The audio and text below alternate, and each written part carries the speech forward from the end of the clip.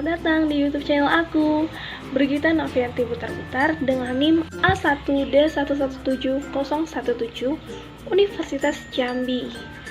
Nah, pada video kali ini kita masih sama akan membahas mengenai topik mata kuliah perencanaan pembelajaran. Hanya saja kita masuk ke materi yang baru, yaitu materi keempat.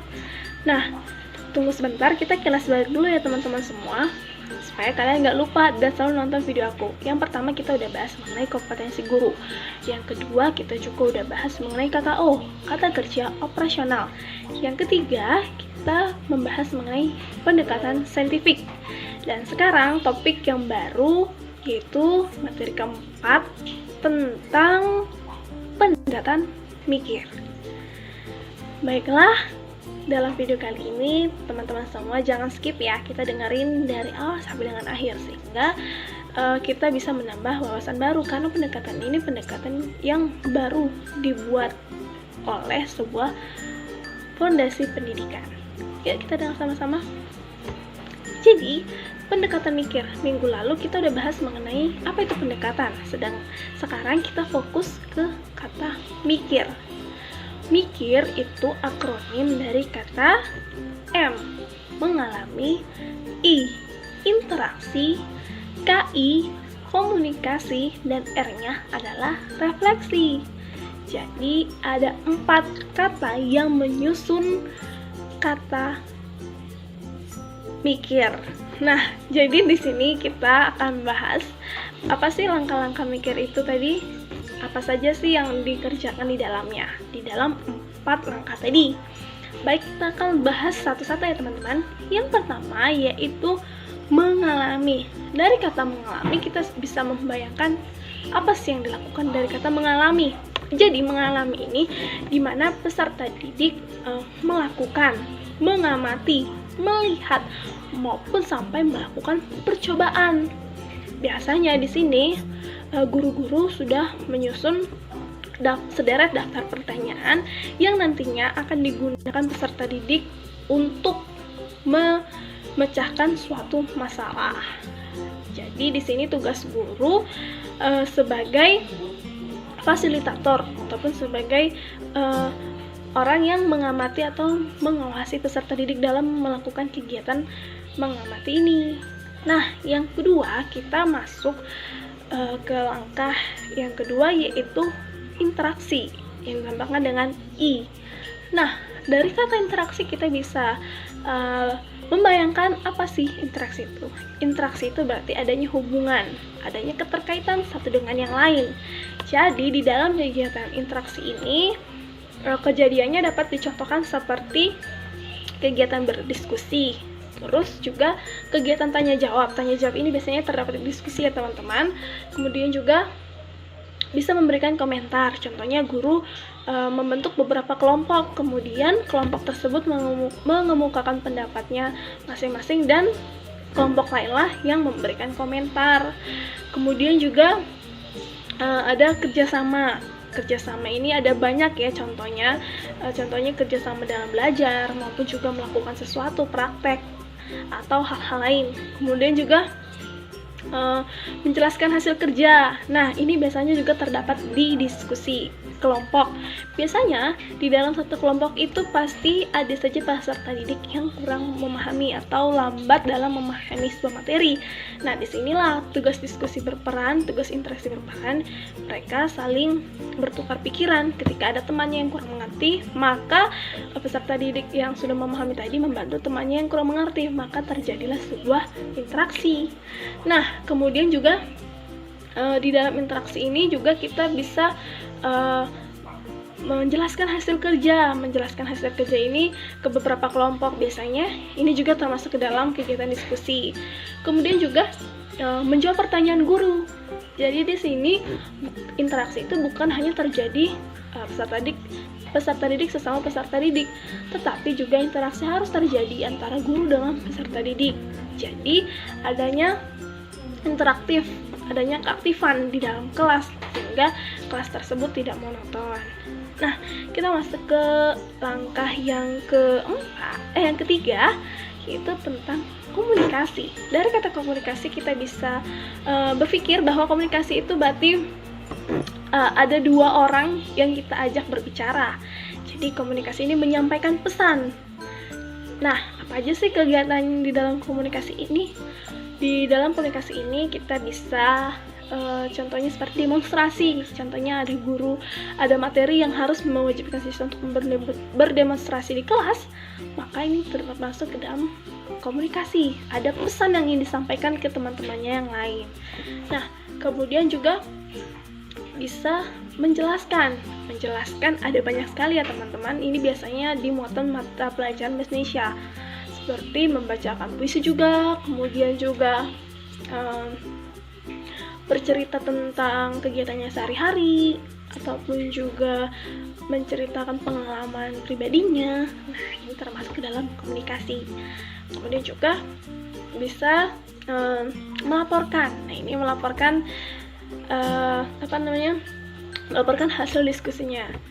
Kemudian juga mengemukakan pikiran ini bisa sesama kelompok maupun sesama teman sebangkunya, dan berbicara di depan kelas. Nah, berbicara di depan kelas ini juga hampir sama ya teman-teman, seperti membaca puisi, bercerita, itu termasuk ke dalam komunikasi. Nah, kalian pasti bertanya, apa sih yang membedakan interaksi dengan komunikasi? Jadi interaksi itu adalah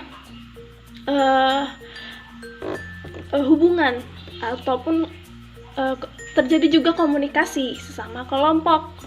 Interaksi ini biasanya terjadi antara guru sesama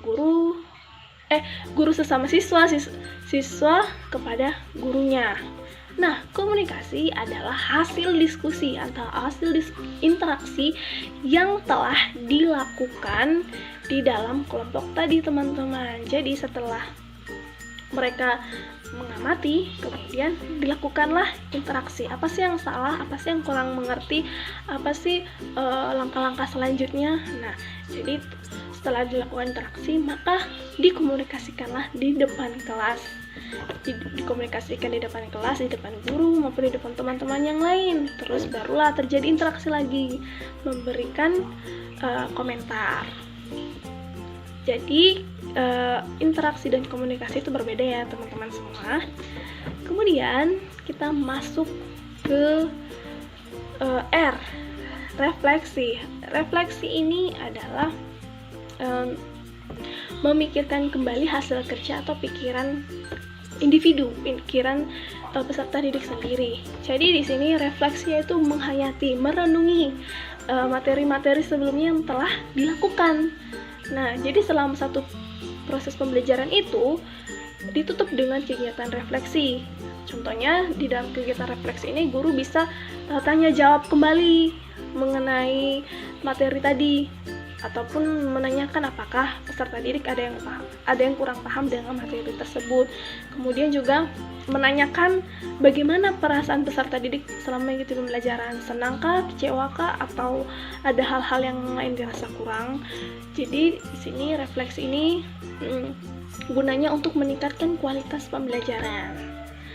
Oke, udah selesai mengenai 4 langkah tadi. Jadi sekali lagi aku ingetin ya, kalau mikir ini ada 4 langkah, yaitu mengalami, interaksi, komunikasi, dan yang terakhir refleksi. Nah, teman-teman semua pasti di sini kalian bertanya-tanya, apa sih yang membedakan pendekatan saintifik yang telah saya jelaskan kemarin dengan pendekatan mikir ini? Nah, jelas berbeda ya teman-teman, pendekatan saintifik dan pendekatan mikir. Kenapa demikian? Pendekatan saintifik ini sudah pasti termasuk dalam pendekatan mikir, tetapi pendekatan mikir belum tentu masuk ke dalam pendekatan saintifik. Mengapa demikian?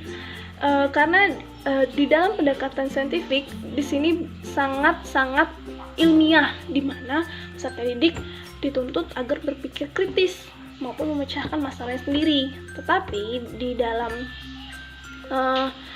dalam pendekatan mikir ini belum menekankan pada hal mencoba, sedangkan di dalam pendekatan saintifik sangat ditekankan menalar dan mencoba.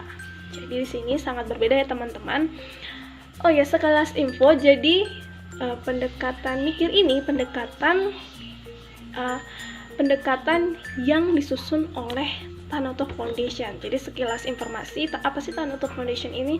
Tanoto Foundation adalah sebuah lembaga filantropi yang dibuat oleh Sukanto Tanoto dan istrinya Tinah Bingei Tanoto. Jadi di sini asal usulnya. Jadi di sini lembaga tersebut bergerak di bidang pelita pendidikan, di mana tujuan mereka itu untuk memberantas kemiskinan dengan cara meningkatkan pendidikan, karena mereka percaya ketika seseorang sudah memiliki pendidikan yang tinggi, maka kemiskinan pun dapat diberantas. Jadi Tanoto Foundation ini dibentuk pada tahun 1981. Nah, jadi lahirlah pendekatan mikir ini yang disusun oleh Tanoto Foundation dengan program pintarnya. Apa sih program pintar itu? Program pintar itu adalah praktik yang baik dalam manajemen berbasis sekolah. Itulah namanya program pintar Tanoto yang menghasilkan pendekatan mikir. Jadi pendekatan mikir ini merupakan praktisi dari pendekatan saintifik. Karena seperti yang kita ketahui banyak sekali ya guru yang kurang mengerti menggunakan pendekatan saintifik karena mungkin agak ribet ataupun agak rumit. Nah, maka lahirlah pendekatan mikir ini untuk memperingkas pendekatan saintifik, tetapi memiliki tujuannya yang sama untuk menciptakan pembelajaran yang kreatif, inovatif, dan aktif untuk meningkatkan kualitas pendidikan di Indonesia. Jadi buat teman-teman semua yang nonton video ini, sekarang tergantung kalian lebih suka menggunakan pendekatan saintifik atau pendekatan mikir yang baru aku jelasin tadi. Nah, demikianlah video yang bisa saya jelaskan hari ini. Semoga materi yang telah saya sampaikan menambah pengetahuan baru, ilmu baru buat teman-teman semua, dan tetap semangat untuk meningkatkan pendidikan di Indonesia menjadi lebih baik lagi. Sampai ketemu di lain waktu, di materi yang baru. Terima kasih untuk waktunya. Oh ya, jangan lupa juga bagikan video ini ke teman-teman kalian yang lain. Semoga semua juga mendapatkan ilmunya. Terima kasih teman-teman semua. Dadah!